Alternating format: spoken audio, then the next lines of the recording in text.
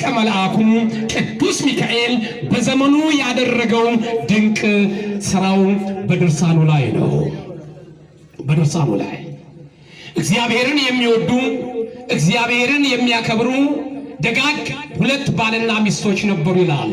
በእስክንድርያ የተሰራች አንዲት ቤተክርስቲያን ፍርስራሿ ኦኗ ዛሬም በርቀት የምትታየዋ ቀደም ብላ ጣዖታቶች የሚመለኩባት አላስፈላጊ መስዋዕት ይቀርብባት የነበረችው ቤተክርስቲያን ሳትሆን የጣዖት ማምለኪያ ነበረች።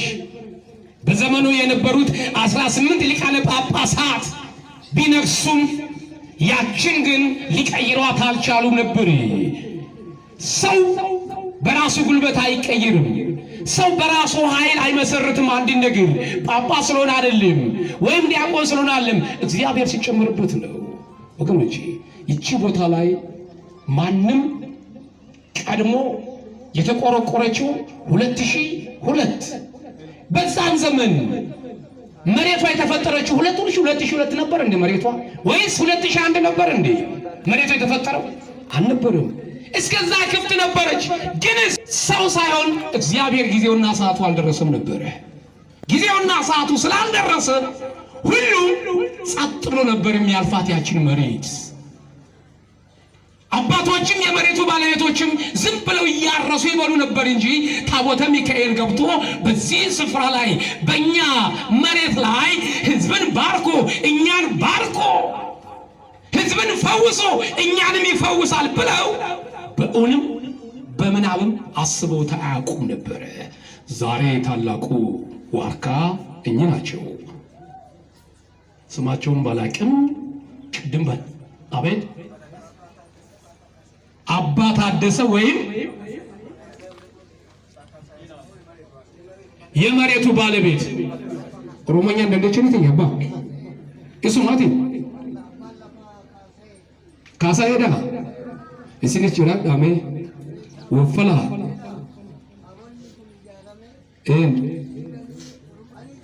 ላሰብናትም ግን እግዚአብሔር ፈቅዶ ሚካኤል መጣ። ትንሽዬ ቆርቆሮ ገዛንና ታቦቷን አስገባናት አሉ እኚህ ታላቅ አባት። አረ እግዚአብሔር ክብር ይስጥልን፣ አባታችን ክብር ይስጥልን። ክርስቲያን ማለት እንዲህ ነው። ክርስቲያን ማለት እንዲህ ነው። ወይ ታሪክ መስራት ወይ ታሪክ ማቆየት፣ እንደነዚህ አባት ያስፈልጋል። ስለዚህ ወደ እስክንድርያ ቤተክርስቲያን እንሂድ። መስጊድ የነበረችዋን እኚህ ጳጳስ በቁርጠኝነት አርበኝነት ልክ እንደ መላከ የጎጆው አርሴማ አስተዳዳሪ መላከ ፀሐይ ሲራክ መምህር ሲራክ እጅን ቦታ በድፍረት እንደቆረቆሯት እኚህ ጳጳስም እባካችሁ አሉ፣ ይህ እግዚአብሔር አይወዶም የምትሰሩትን ስራ። ስለዚህ ጣዖትን ማምለክ፣ ለጣዖት መስገድ፣ ለጣዖት መስዋዕት ማቅረብ እግዚአብሔር አይፈቅድም። በነፍስም በስጋም ትቃጠላላችሁ። ስለዚህ አፍርሱት፣ ጣዖቱን አፈራርሳችሁ ጣሉ። እኛ የእግዚአብሔር ስም እንሰይማለን፣ እባርክላችኋለሁ። የቅዱስ ሚካኤል ታቦት ይገባል። በሬና ፍየል ወይም በግ ረዱልኝ አይልም። እግዚአብሔር የሚፈልገው መስዋዕት ንጹህ ልብ ነው። እግዚአብሔር ደግሞ የእግዚአብሔር መልአክ ቅዱስ ሚካኤል እዚህ ቦታ ከገባ ዕውራን ይበራሉ ብለው እኚህ ጳጳስ ሕዝቡን አሳመኑ። በዚህን ጊዜ አሜን ብለው ተቀበሉ። ዛሬ እኮ ከልብ የሚሰብክ ሰው ካለ ሕዝቡ ወገኖቼ ራሱን ይሰጣል። አይተናል። ሰው ከተማረ ራሱን ይሰጣል፣ በነፍሱ አይደራደርም። በሊቢያ የሞቱት ወጣቶች ለኛ አርያ ናቸው፣ ለኛ አርያችን ናቸው ወገኖቼ። በሕይወታቸው አልተደራደሩ። በሊቢያ ታስረው ከ330 እስረኛ መካከል ተመንጥረው ወጡ። ማን ለያቸው? ሁሉም አበሻ፣ ሁሉም ጥቁር። እንዴት ተለዩ ክርስቲያን መሆናቸው ካላችሁ እኔ ብርሃን እንደሆንኩኝ እናንተም ብርሃናችሁ በሰው ፊት ይብራ እንደተባለ ሁሉ እነዚህ 330 ወጣቶችም ብርሃናቸው በርቶ ነበር። በምን? በአንገታቸው ክር ላይ ይታይ ነበር። ክራቸው ብርሃን ነበር። ክርስቲያን መሆናቸውን ለይተው አውጥተው ኑ ቁርአንን ቅሩ እንቅራላችሁ ብለው እስልምናን ተቀበሉ ሲሏቸው እኛ እኮ የመጣነው ዳቦ ፍለጋ እንጂ ሃይማኖት ፍለጋ አልመጣንም። እኛ እኮ አገር ቀይርን እንጂ ሃይማኖት ወደፊት እንጂ ወደኋላ መመለስ አላስተማረችንም። ስለዚህ ብሞትም የክርስቶስ ነኝ ብኖርም የክርስቶስ ነኝ አንገቴን ቅላው ብለው በግ ባራጁ ፊት እንደሚቆም ሁሉ እነዛ የቂርቆስ ልጆች የ24 ልጆች የገዳም ሰፈር ልጆች እንጀራ ያገናኛቸው ኦርቶዶክሳውያን ክርስቲያኖች እነዛ ከጥምቀት የተመለሱ ወጣት ምንጣፍ አንጣፊዎች እነሱ ስጋቸው ተነጥፎ ቀረበ በግብፅ ላይ ሞቱ። ይሄ የህይወት ጉዳይ ነው። እኚህም አባት ጣዖታቱን አፍርሰው የቅዱስ ሚካኤልን ታቦት አስገቡ። በዛው ውስጥ ደግሞ የቅዱስ ሚካኤል ፍቅር ያደረበት አንድ ሰው ነበረና ባልና ሚስቶች እግዚአብሔርን የሚወዱ የሚያከብሩ ነበሩ። ለድሃ እያበሉ ችግረኛውን እያለበሱ ለቤተ እግዚአብሔር ሳይሰስቱ እየሰጡ ይኖሩ ነበረ። ነገር ግን ኑሮ ከቤት ውሎ ከቤት ወደ ማረፈር እንደሚባል ሁሉ ይሄ ሰው ደከመ፣ ጊዜ ረፍቱ ደረሰ። እያገለገለ የ3 ቀን ህመም ገጠመው ባልጋ ላይ። ስንት ቀን ነው? የ3 ቀን ወገኖች፣ ከዛ የባሰ ህመም አያምጣብን። የ3 ቀን የንስሐ ጊዜ ይሄ ከሌቃ ነው ለማለት ብቻ እግዚአብሔር ጊዜ ይስጠን ወገኖች። ዛሬ ጊዜ አተናል።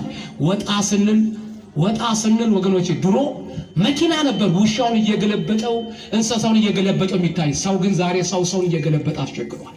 ሰውን እየገለበጠ ድሮ ውጭ ሀገር ሄዶ የመጣውን ሰው ነው ሰላም መጣ ምንለው። ዛሬ ከዚች ሰንዳፋ ደርሶ መጣ ሰላም መጣ ሆይ መባባል ሆኗል። ሰላም መጣ ሆይ ሰላም ርቆናል። ለዚህ ነው ርዕሳችንን ሰይጣንን እግዚአብሔር አነሳው። እንዴት እግዚአብሔር እንደሚያነሳ ተመልከቱ ወገኔ። ዛሬ ወድቅ ያለው ያልሽ እህቴ፣ እኔ በሰው ዘንድ ተጠልቻለሁ ትላለህ ወንድሜ። አሁን እግዚአብሔር መልስ አለው ወንድሜ። እንደወደቅክ አትቀርም፣ እግዚአብሔር ያነሳሃል። እህቴ ወድቀሽ አትቀሪም። በትዳር ተገፍተሽ ሊሆን ይችላል። ልጅ በማጣት ተገፍተሽ ሊሆን ይችላል። ስራ በማጣት ተገፍተሽ ሊሆን ይችላል። በቤተሰብ ተገፍተሽ ሊሆን ይችላል። ቤት በማጣት ተገፍተሽ ሊሆን ይችላል። እግዚአብሔር የተገፉትን ደግሞ ማንሳት ይችላል። ጠብቀኝ፣ መርሱን እንዴት እንደሚያነሳ ጠብቀኝ። በዚህ ጊዜ ይህ ሰው መሞቻው ሰዓት ደረሰ። ሚስቱ በራስጌው ጋር ቁጭ ብላ ንዛዜውን ተቀበለችው። እንዲህ አለ፣ እባክሽን ያስለመድነውን የቅዱስ ሚካኤልን በዓል እንዳታስታጉይ፣ በየወሩ ዘክሪ፣ በዓመት 2 ጊዜ ደግሞ ድሆችን እየጠራሽ አቢ፣ ለቤተ እግዚአብሔር ሳሰስጪ ስጪ አብልጠሽ። እሱም ህዳር 12ና ሰኔ 12ን አደራሽን ብሏል። አረፈ። በዚህን ጊዜ እቺ ሴት ነፍሰ ጡር ሴት ነበረች ይላል ድርሳኑ። ነፍሰ ጡር ሴት ነበረች። በዚህን ጊዜ ከጎናቸው ደግሞ ክፉ ጎረቤት ነበረ። እግዚአብሔር ክፉ ጎረቤት ያርቅላችሁ። ክፉ ጎረቤት አይጣል እኮ ነው። ክፉ ጎረቤት አስቸጋሪ ነው ወገኖች። መሻሻልን አይፈልግም። የሱን መሞት ተደሰተ ይላል። መጀመሪያም ሲጾም ሲጸልይ ለድሃ ሲያበላ ለቤተ እግዚአብሔር ሲሰጥ ሀብታም እኮ ነበር። ግን አይኑ ደም ይለብስ ነበር ይላል። ደም ይለብስ ነበር ያ ባለጸጋ ምቀኛ ጎረቤት። ሀብት እያለው መስጠት አይችልም ነበር። ይሄ ድሃ ግን ካለችው እየሰጠ ምርቃትን ይንበሸበሽ ነበር። እሱ ሲሞት ደስ አለው፣ ቦረቀ ይላል። ቦረቀ፣ ተገላገልኩኝ። ከዚህ በኋላ የሚጋፋኝን ወሰንተኛዬ ወደቀልኝ ብሎ ደስ አለው። እቺ ሴት በተሰጣት ትእዛዝ መሰረት በዓሉን እያከበረች ሆዷ እየገፋ መሄድ ጀመረ። መውለጃዋ ሰዓት ሲደርስ ምጥ መጣ። ብቻዋን ያለችው አተኮሰኝ ስትል እንኳን አብሯት የሚቆም ሰው አልነበርም። በዛ ሌሊት ጩኸት በረታ። ምጡ አፋፋማት። የሚደርስላት ሰው አጣች። ጩኸቷ ግቢውን አንባረቀው ይላል። ይህ ክፉ ምቀኛ ጎረቤት ጩኸቷን እንኳን ሰምቶ ሊራራ አልፈለገም። መስኮቷ ስር ተለጥፎ ይሰማ ነበረ፣ ሞቷን ይጠባበቅ ነበረ ይላል። ዛሬም የኔና የእናንተን ሞት የሚጠባበቁ ጠላቶች አሉ። የኔና የእናንተን መዋረድ የሚፈልጉ ጠላቶች አሉ። ዛሬም የኔና የእናንተን በመስሪያ ቤት መባረር የሚፈልጉ ጠላቶች አሉ። ጓደኛ መስለው ጠላት የሆኑ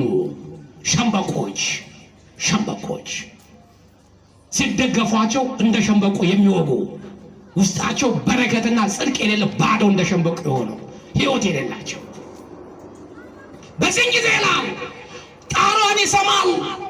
እሷም ከሞተችልኝ ድንበሬን አንስቼ ግቤን እቀላቅላለሁ ይላል። እባክህ ቅዱስ ሚካኤል አለች። ከዛ በኋላ እባክህ እግዚአብሔር ባለሟል ቅዱስ ሚካኤል ድረስልኝ፣ እባክህ ሰው የለኝ ወገን የለኝም፣ እባክህ ከዚህ ከገጠመኝ ጭንቅና መከራ አውጣኝ አለችው። ቅዱስ ሚካኤል እንዳይን ጥቅሻ መጣላት ይላል ወገኖቼ፣ እንዳይን ጥቅሻ መጣላት። ቅዱስ ሚካኤል ሲቀርባት ይላል ያ አስጨናቂ ምጥ እንደ ውሃ ሽንት ምንም ሳይመስላት ምን የመሰለ ወንድ ልጅ ታቀፈች። ምን የመሰለ በዚህ ጊዜ ቅዱስ ሚካኤል ብላቴናውን ባረከው። እግዚአብሔር ሁላችን ይባርክ። እግዚአብሔር ሁላችን ይባርክ። አረ ቅዱስ ሚካኤል ሁላችን ይባርክ። በረከታተናል ዛሬ ንቦ ሚካኤል የሚባርክ ታላቅ ታምረኛ ሊባርክ የመጣ ነው። ልንባረክ ማርያምን እመነኝ። ዛሬ ጎብጠሽ የመጣሽ ነፍስ ካለሽ በቅዱስ ሚካኤል ዛሬ ቀና ብለሽ ትሄጃለሽ። ታሪክሽ ይቀየራል። ታሪክ ይቀየራል። ታሪክ ይቀየራል። እግዚአብሔር ይችላል። ታሪክ መቀየር ይችላል። በዚህ ጊዜ ባረካት። እንዲህ አለ። ልክ እያኮበኮበ እየተነሳ ያለ ቅዱስ ሚካኤል ክንፉን እያማታ ዞር አለና አንድ ቃል ገባላት።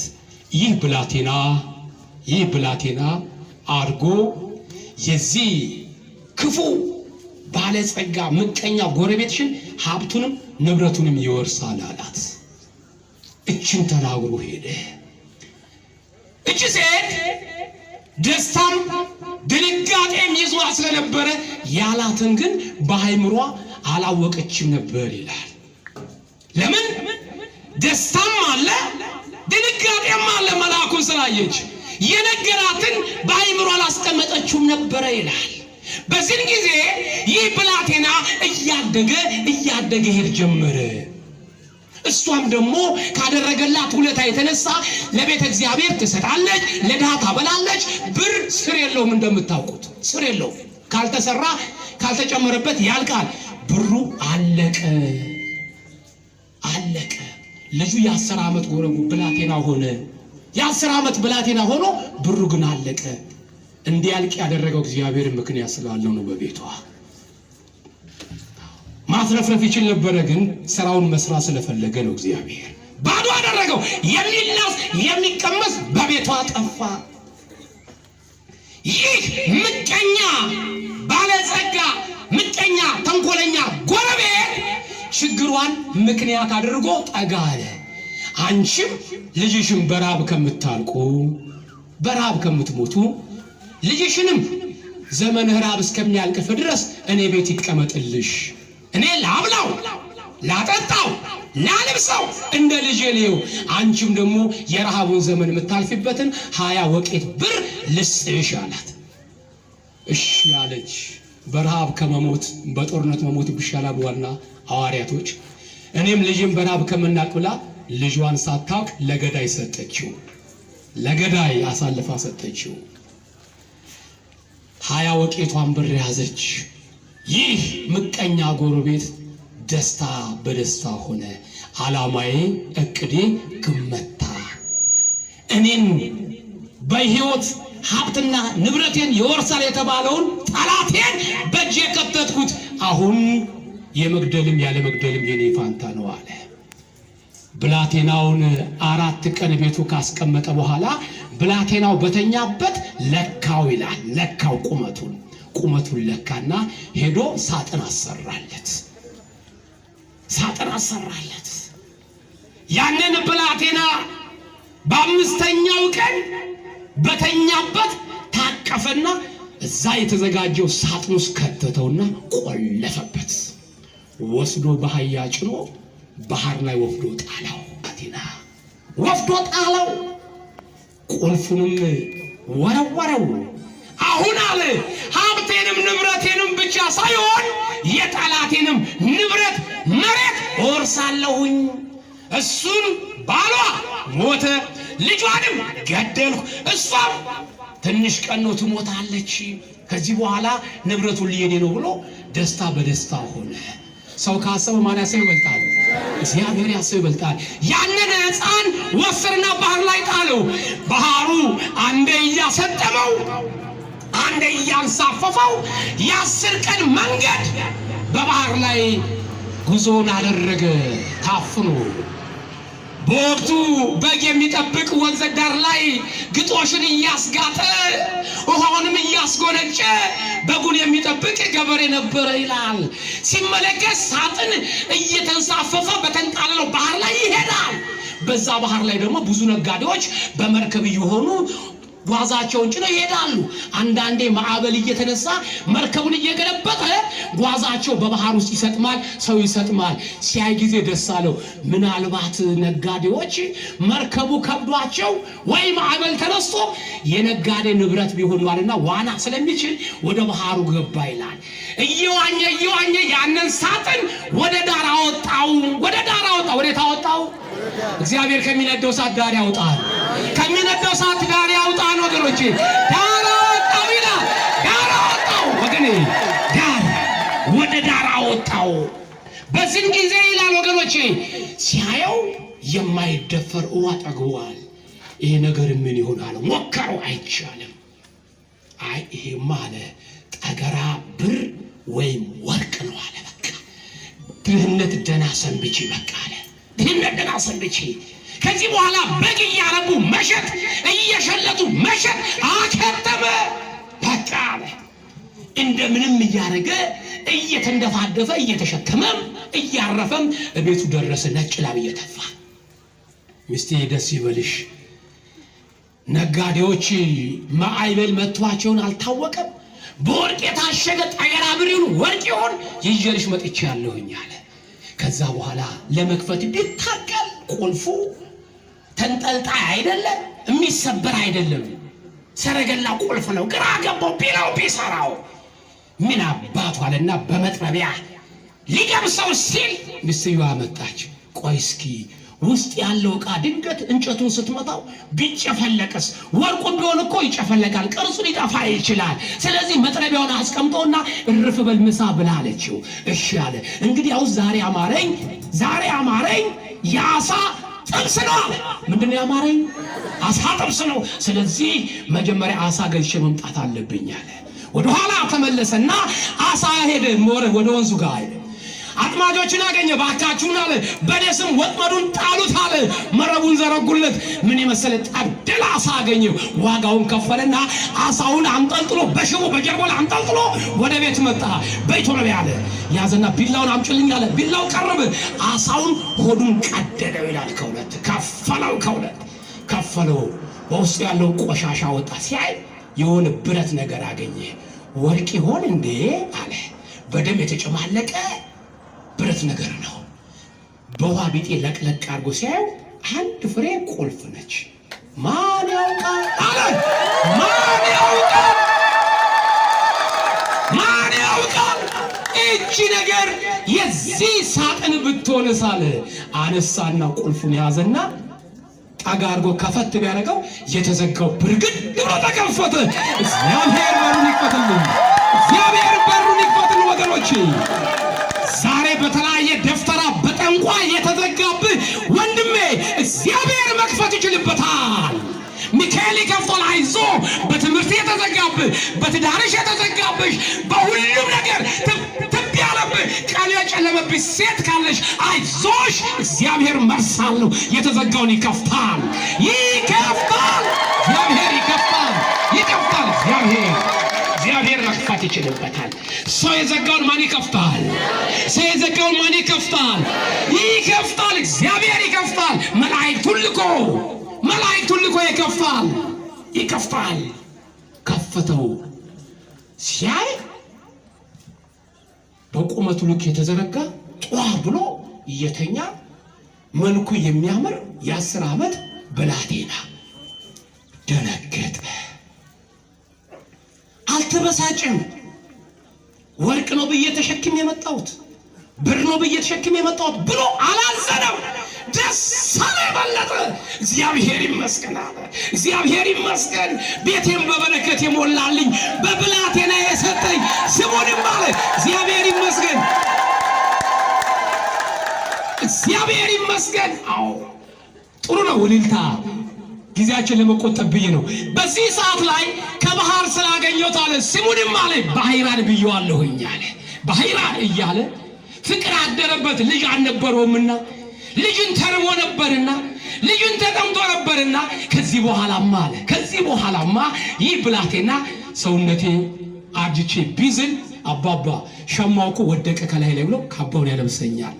አይዞሽ አንቺን ጉልበትሽ ቢደክም ቢዝል ከምንጭ ውሃ እየቀዳ የሚያመጣ ልጅ እግዚአብሔር ሰጠን። ጭራሮን እየለቀመ እሳት የሚያሞቀን ብላቴና ሰጠን። እግዚአብሔር ይመስገን ብሎ ስሙን ባሕራን ብሎት ያገለግለዋል፣ ይጠብቃል ይላል። ከጊዜ በኋላ ያ ምቀኛ ጎረቤት የሚተዳደረው በንግድ ነበርና የ10 ቀን መንገድ እየተጓዘ በፈረስ ሲጓዝ ልክ እነሱ ደጅ ላይ ሲደርስ ፀሐይ ጨለመችበት ይላል። ፀሐይ ጨለመችበት። እግዚአብሔር ኑሯችን አያጨለምብን ወገኖች። እግዚአብሔር ኑሯችን አያጨለምብን። የጨለመብን ካለም ደግሞ እግዚአብሔር ያንጋልን። ጨለመበት። የበጉን ጠባቂ ባለቤት አገኘው። እባክህ አንተ ሰው እኔ ነጋዴ ነኝ፣ እከሌ እባላለሁ። የመጣሁት የ10 ቀን መንገድ ተጉዤ ነው። ከዚህ በኋላ መሄድ አልችልም።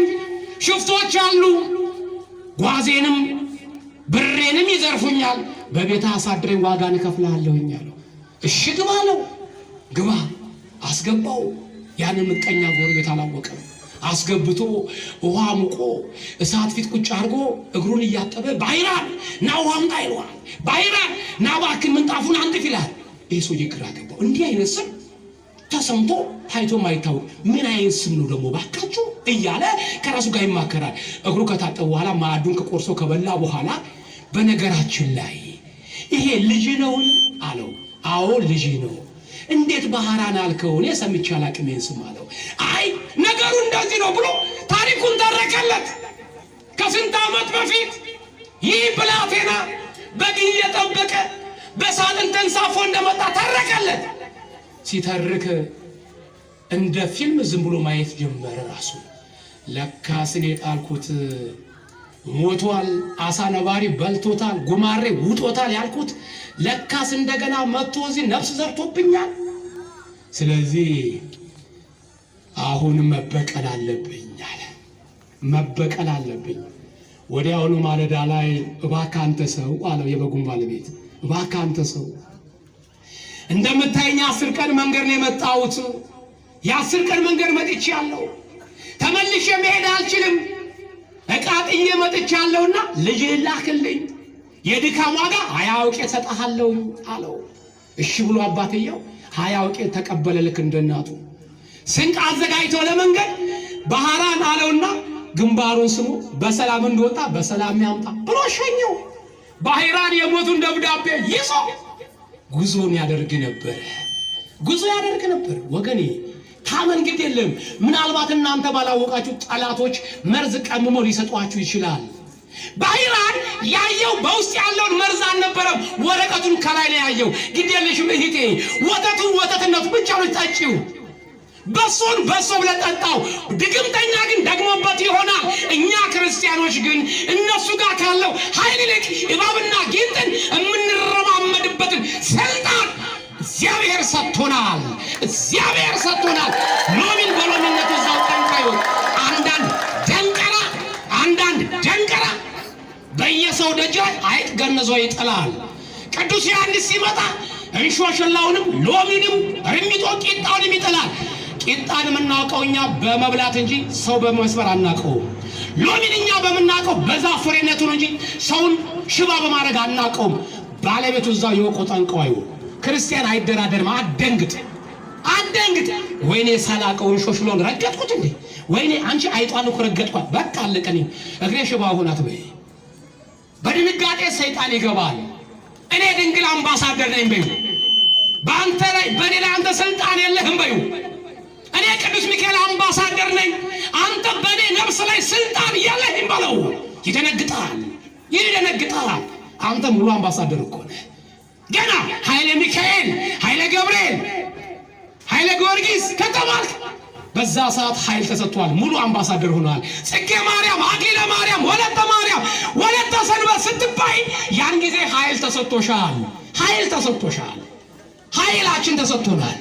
በዚህ ጊዜ ይህ ብላቴና የአንድ ቀን መንገድ ሲቀረው 9 ቀን ተጉዞ አንድ ቀን መንገድ ሲቀረው ቅዱስ ሚካኤል በንጉሥ ተመስሎ በወርቅ ፈረስ ላይ ተቀምጦ አንተ ብላቴና ብለው ጠራው።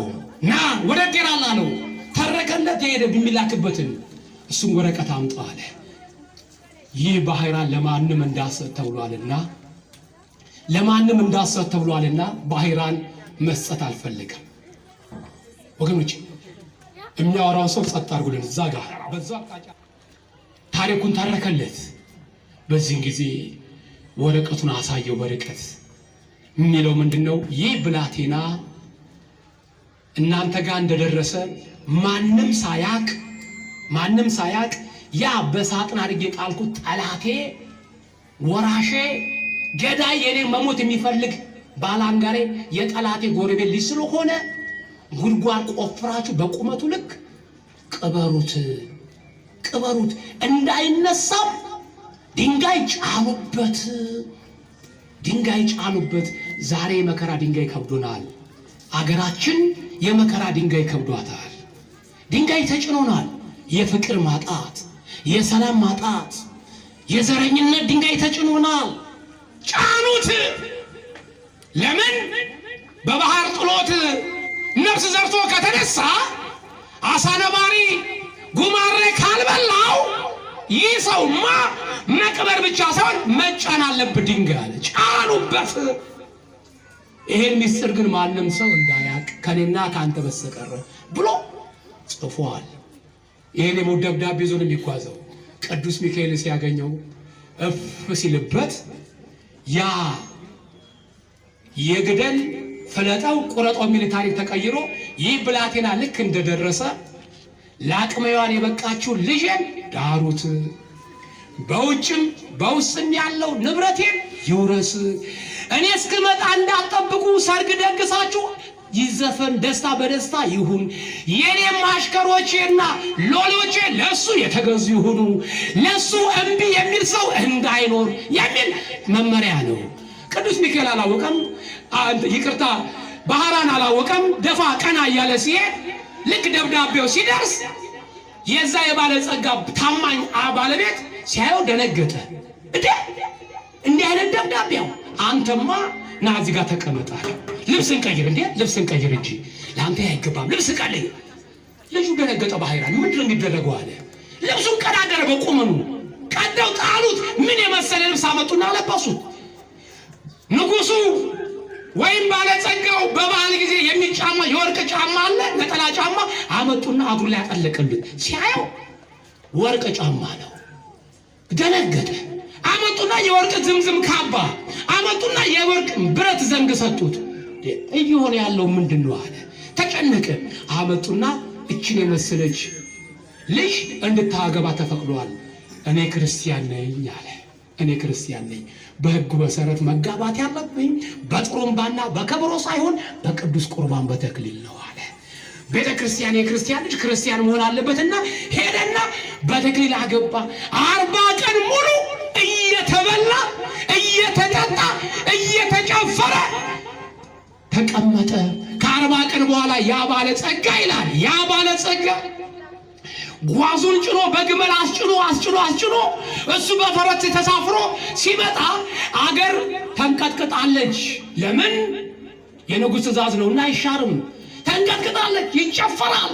ምንድነው የተጨፈረውን የከርኩ በኋላ ምን ተገኝቶ ነው ተባለ። እንዴ ንጉሥ ሆይ እርሱ የላኩት ደብዳቤ በደብዳቤው መሰረት የመጣው ባሕራን ልጆትን አገባ ልጅ አገባ የማን ያርሱ ሌላስ በውጭም በውስጥም ያለው ንብረት ወረሰ አሽከሮቹን ሁሉ ይገዛቸው ጀመረ ጠገራ ብሩንም ወርቁንም ወርሷል ይሄን ጊዜ ተዝለፈለፈ ከገዛ ፈረሱ ላይ ወደቀና ነፍሱ ከስጋው ተለየች ሰይጣን ያዳፋ ነፍሱን ወደ ሲኦል ወሰዱት የወደቀው ባሕራን ነገሰ ይላል ወገኖቼ ነገሰ አስቡ ሰው የጣለውን ማን አነሳው ይህ ክፉ ጨካኝ ጎረቤት በሳጥን አድርጎ ወደ ሞት ባህር ጣለው የሞት ባህርን ደግሞ እግዚአብሔር ወደ ሕይወት ቀየረ እግዚአብሔር ማንሳት ይችላል ወገኖቼ እግዚአብሔር ማንሳት ይችላል ግዴላችሁም ወገኖቼ ዛሬ ብዙዎቻችን ወድቀናል ብዙዎቻችን እንገፋ ይሆናል መገፋት መልካም ነው ተገፉ ግን አትግፉ ግዴላችሁ ገፊ አትሁኑ ሰው ግን ይግፋችሁ መገፋት ዋጋ አለው ታውቃላችሁ አንድ ምሳሌ ልንገራችሁ ምናልባት የከተማ ልጆች ነው ሁላችን ግን ቢሆንም ነው እስኪ ቅቤ የሚባል እናውቃለን እናቶቻችን የሚቀቡት ቅቤው ከየት መጣ እርጎ የሚባል አለ ወተት ነው የሚጨመረው ወተቱ በማሰሮ ይገባና ይተራቀማል ያን ጊዜ ይረጋል ሲረጋ እናቶቻችን ቅቤ ሲፈልጉ ያንን ማሰሮ ሲከቱና እርስ በርሱ ይሰቁትና እላው ላይ እንስራውን ባፉ ላይ ምን ያደርጋሉ ያስሩበታል ወይ ላስቲክ ወይ ቆዳ ይወጥሩና ጥሩ ልጅ ካላቸው እሱ ያንን እርጎ መከራውን እንዲያሳይ ያደርጋሉ ጧት የተጀመረ እስከ ማታ ይናጣል ወደፊት ወደ ኋላ ይገፋል ተገፍቶ ያ ቅቤ ስፍፍ ይልና ከላይ ቁጭ ይላል ያ መከራውን ያየ የተገፋ ቅቤ መጨረሻ ላይ በሰው አናት ላይ ቁጭ ይላል በሰው አናት ላይ ወገኔ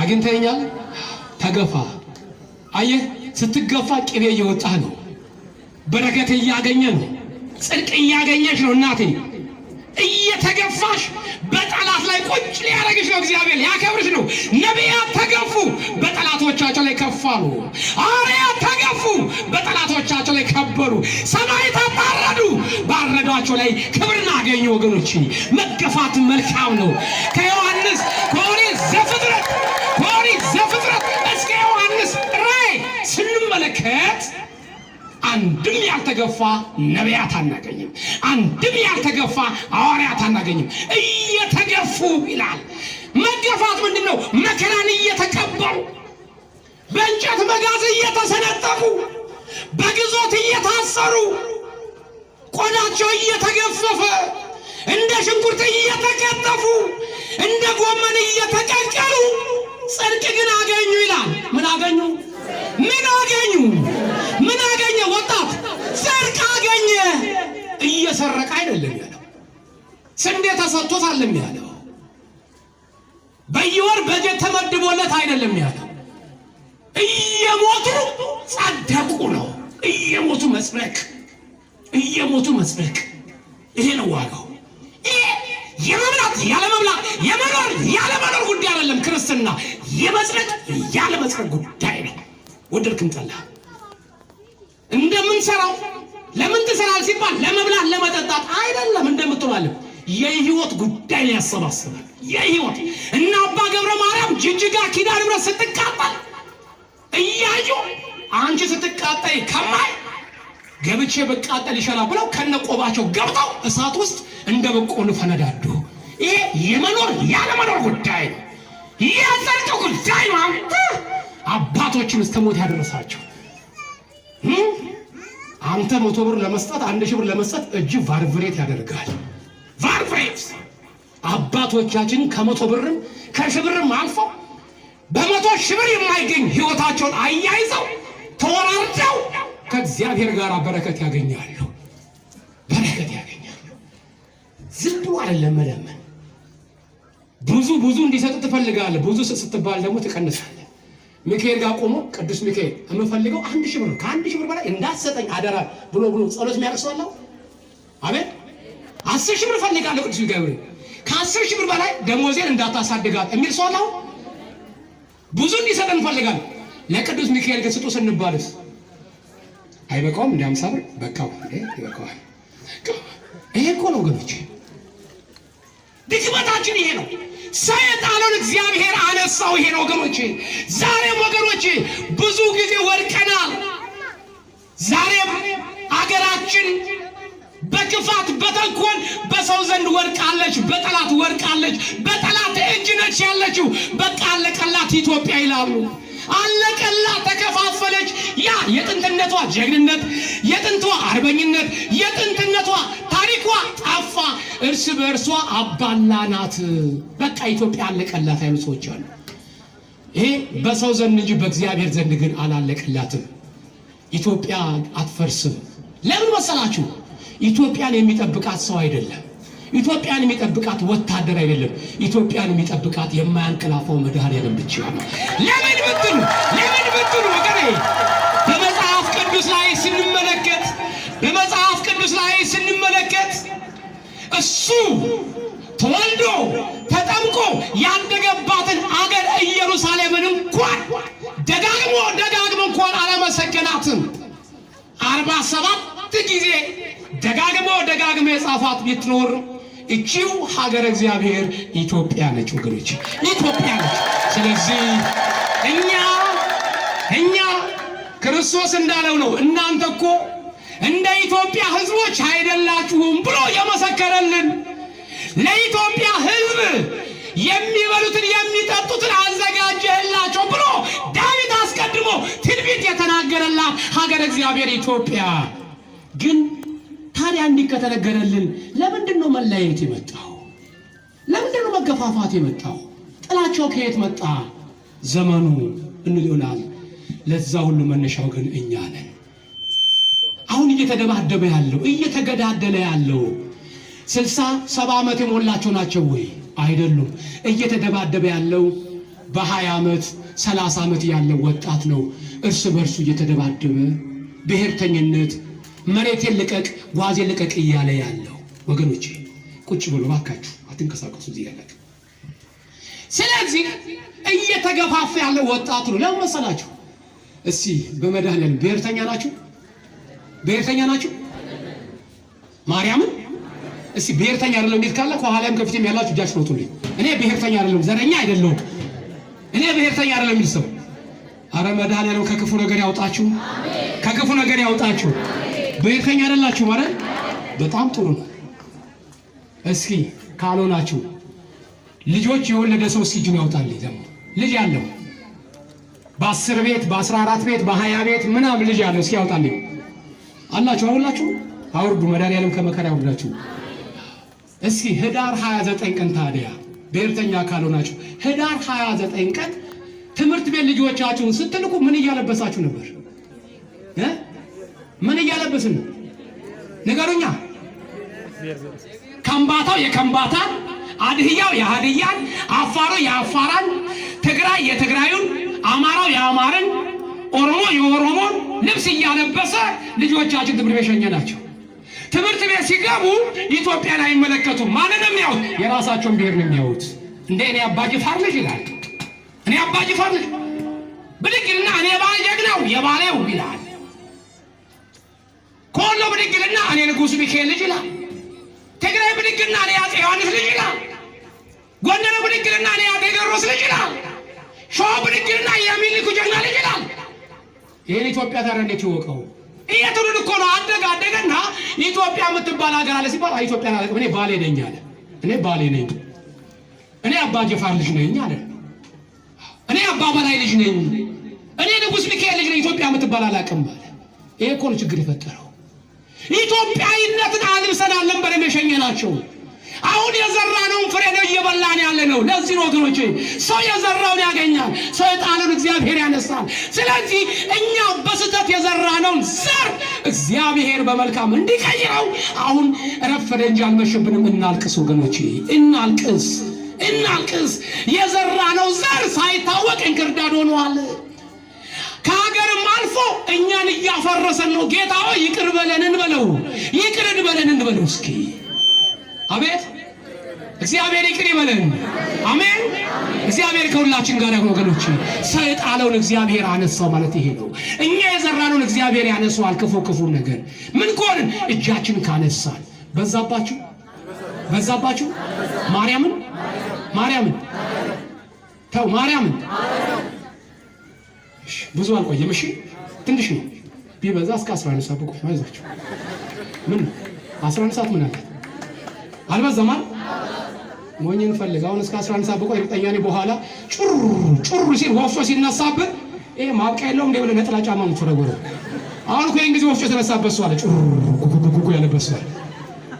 ሆድ ውስጥ ይሄን ጊዜ ዲማሚቲፍ የሚፈነዳበት ሰው አለ። ከኋላ ሞሎ ነው የሚነቀነቃል። ምን ነው አይበቃውም እንዴ? ሰው ለምን አይበቃው? ተወሉት እንጂ እንዲላል። ሐሜት ቢሆን ሌላ ነገር ቢሆን ግን 24 ሰዓት ጆሮ ከፍቶ ይሰማል። ወንጌል ሲሆን ግን ጆሮን ይበላዋል። አስቸጋሪ እኮ ያጥነጥንቷል። በቃ በለው አንተ ሰውዬ በቃ በለዳል። አንተ በቃ ትላለህ እንጂ እግዚአብሔር ግን በቃ አላለ። ኃጢአት ስትሰራ በቃ ይበል። የሐሰተኛ ብር ስትሰበስብ በቃ ይበል። የደም በር ስትሰበስብ በቃ ይበል። ለወንጌል አሁን ነው ጊዜያችን ወገኖች። ስለዚህ ወደ እግዚአብሔር ቤት መመለስ መልካም ነው። ዛሬ ቅዱስ ሚካኤል ትልቅ ታምር ያደረገበት የባህራንን ደብዳቤ የሰረዘበት ቀን፣ የኢትዮጵያን በደል መከራዋን ሰርዝልን እንበለው። በቃ መጪውን ዓመት የሰላም ዘመን ያርግልን። 2014 ሙሉ ዘመን ያርግልን እንበለው። ሙሉ ዘመን ያርግልን። የጎደለን ይሙላልን መድኃኔዓለም። ሰላም የጎደለን ሰላሙን ይስጠን። ሰላም የጎደለን ሰላሙን ይስጠን። ወገኖች አንበታተን። ስንበታተን አያምርብንም። ማርያምን ነው የምላችሁ።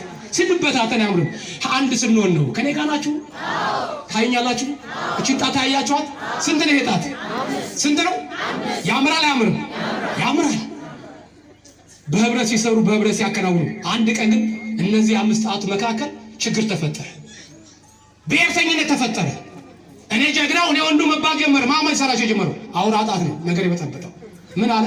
እኔ እኮ እናንተ ማለት ባንኖር እናንተ ጥቅም የላችሁም አላቸው። እናንተ አጣጥሙም። እንዴት አሉት? እስክሪብቶ እንዲያምር ማድረገው እኔ ነኝ። የእንጀራ ጉርሻ እንዲያምር ማድረገው እኔ ነኝ። እኔ እኮ ከሌለው እናንተ ጥቅም የላችሁም አላቸው። ግራ ገባቸው። ይቻላል እንዴ ያላውራጣት? እስኪ ሞክሩ። እስክሪብቶ መጣት ይቻላል ያላውራጣት? እንጀራ ማጉረስ ይቻላል ያላውራጣት? ግራ ገባቸው። እውነትም ሲያዩት አውራጣት ከለከስ ሁሉ ነገር ከንቱ እንዴ ነው። ተያይቶ የማያውቁ ሰዎች እኔ ወንዱ እኔ ጀግናው ማለት ጀመረ። ማን ይሄ ጣት ብድግ አለ ደግሞ? ማን ይሄ ጣት? አቤት ሌባ ጣት። አሁን ይሄ ነው ሌባ። ሁሉ ነገር ሌባ ሆኖ ሳለ ሌባ ጣት ሞሽላቃ። ሌባ ምንነትን ካወቅኩም ጥሩ ነው። ክርስቶስ ሌባ አድርጎ አልፈጠረም። ሌባ ያረካት ራስህ ነው። ሁሉ ነገር በልጅነትም ቀመስ ስለምታረጋት ሌባ አልካት። እቺ አመልካች ጣት ብድግ አለች። ምን አለች? መፎከር ጀመረ። በፍጹም እንደው መከበር ካለብኝ እኔ ነኝ አለ። መከበር ካለብኝ እኔ ነኝ። ለምን? በመኳንንቱ በመሳፍንቱም ዘንድ በትንሹም በትልቁም ለሹመትም ለጽድቅም እናንተን ጎንበስ ያደርጉና ለጥቆማ የሚጠቀሙት እኔን ነው። ስለዚህ መከበር ካለብኝ እኔ ነኝ አለች። ብድግ አለ? ማጣት ብድግ አለ። ይሄ ማጣት ብድግ አለና ምንድን ነው የምታወሩት አለ። እኔ እኮ ሁለቱን ቀኝ አዝማች ሁለቱን ግራ አዝማች አድርጌ መሀላችሁ ነግሼ ነው ቁጭ አልኩት። በቁመትም እበልጣለሁ፣ እምቢ ካላችሁ እደቁሳችኋለሁ እያለ እደቁሳለሁ። ዛሬ እንዲህ በማፈራራት አይቻልም። እኔ ስልጣን አለኝ፣ እኔ ከሌ ነኝ። አይሰራም። የሚመካ ቢኖር በማን ይመካ? አረ በማን ይመካ? በእግዚአብሔር ይመካ ነው የተባለው። ይሄ ማፈራራት አይሆንም። እኔ ስልጣን አለኝ፣ እኔ ከሌ ነኝ፣ እከሌ ዛሬ የኔ ነው፣ ወራቱ ቀኑ የኔ ነው ማለት አይሰራም። ጊዜ የኔ ነው ማለት አይሰራም። ጊዜ ክርስቶስ ነው። ይሄን ማወቅ አለብን። እንረገጥም እንፈንዳም እንጂ እኔም ድርሼን እናገራለሁ አለ። ማን ብድግ አለ? ማን ይሄ ቀለበጣት? እንደውም አለ መከበርማ ካለብኝ መወደድ ካለብኝ ሀብታሙ ወርቅና እንቁ አልማዝ አጥልቆልኝ ከርቀት የምታየው ቃል ኪዳን የሚተሳሰሩት በኔ እኮ ነው። ወርቅ አድርጌ ይታያል። እናንተ እኮ ምንም አንገታችሁ ላይ የለም። እኔ ማቀርቺ ትልቅ ነች። ለዚህ እኮ ነው አቅማና የተዳር ቁጭ ያደረጓት አለ። ይሄ መጤ ጥራጊ የመጣበትን ማይታወቅ የደፋ ሰው አለ። እንደ ተገፋ አትቀርም። እግዚአብሔር ከተገፉት ጋር ግን እግዚአብሔር አለ። እግዚአብሔር አለ። አቅም ከሞት ጋር እግዚአብሔር አለ። ከተዋረደው ጋር እግዚአብሔር አለ። እች ጣት ምን አለች? እባካችሁ አለች። መለየት ምን ያስፈልጋል? እኔ በልጥ እኮ መባባል አያስፈልግም። እኛም እንደ ጥንቱ እንደ ድሮ ሳንላይ በፍቅር ሆነን ሰው ማገልገል ነው ደስ የሚለው። አሊያ አለች አሊያ እኔ በልጥ የምንባባል ከሆነ እኮ አምስታችንም የራሳችን ቦታ የለንም። አምስት ነው በክንድ ላይ ነው። ክንድ እኮ ቆርጦ ቢጥለን ወዳቂዎች ነን አለች። ወይሳሰት የበላይ ነው በማላይ ነው። ክንድ ደከማችሁኛል ውረዱልኝ ብሎ ክንድ ሳይል ደከማችሁኝ ሳይል እነሱ ግን እርስ በርሳቸው ይጣላሉ በሰው። ዛሬም ክንዳችን ማን ነው? ዛሬም ክንዳችን ማን ነው? ኦሮሞንም፣ አማራውንም፣ ትግሬውንም፣ ከምባታውንም፣ አድያውንም፣ ስልጤውንም፣ ሶማሌውንም ሁሉንም ብሔር የፈጠረ ማን ነው? ማን ነው? አዳም አንድ ሔዋን አንድ።